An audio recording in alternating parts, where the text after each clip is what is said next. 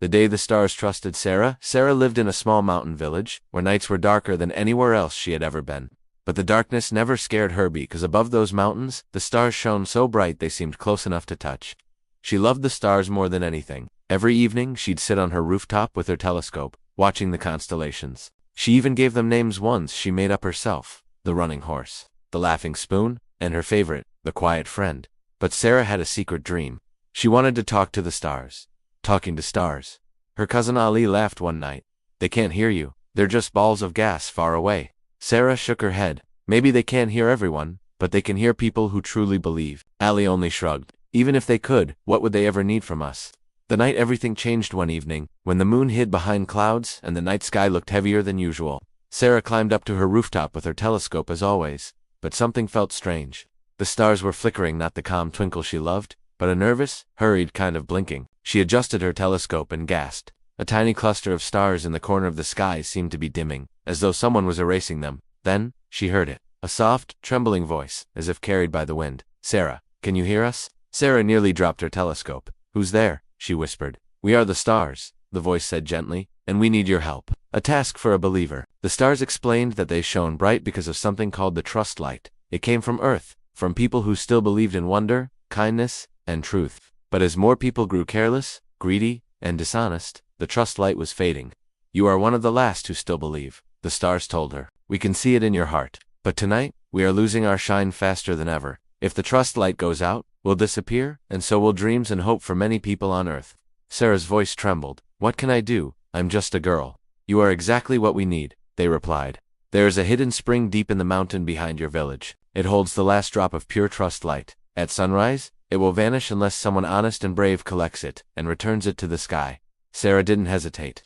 "I'll find it." The journey through the mountain, she packed a lantern, a flask, and her favorite blue scarf, and slipped out of the house quietly. The mountain path was steep and covered in shadows. Strange sounds echoed around her, and once or twice, she thought she saw glowing eyes in the bushes. Halfway up, she found a broken bridge swaying over a rushing river. On the other side stood an old woman in a tattered shawl. "You cannot pass unless you pay," the woman said. Sara opened her bag. "I have nothing but this flask." The woman peered into her eyes. "I do not want money. I want truth. Tell me, are you climbing the mountain alone at night?" Sara hesitated, but then she told the whole story. She told the woman about the fading stars, the trust light, and her promise to help. The woman smiled, her face softening. "You spoke the truth without fear. That is rare. You may pass." The bridge steadied, and Sara crossed safely.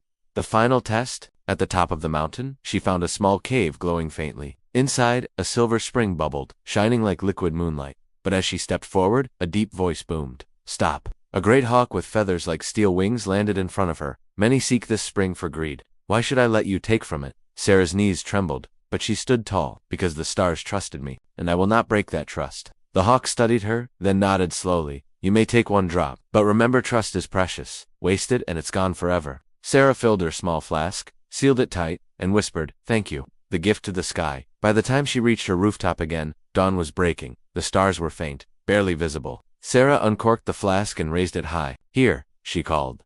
"The trust light is safe." The liquid burst upward like a shooting star, scattering into 1,000 sparkling pieces.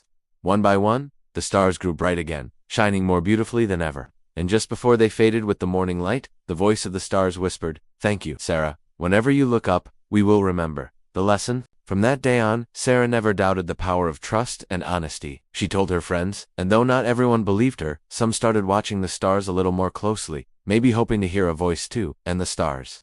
They twinkled with a warmth no one else could explain. Moral of the story: true trust is rare and powerful. When we stay honest and keep our promises, we keep hope alive for ourselves and for others.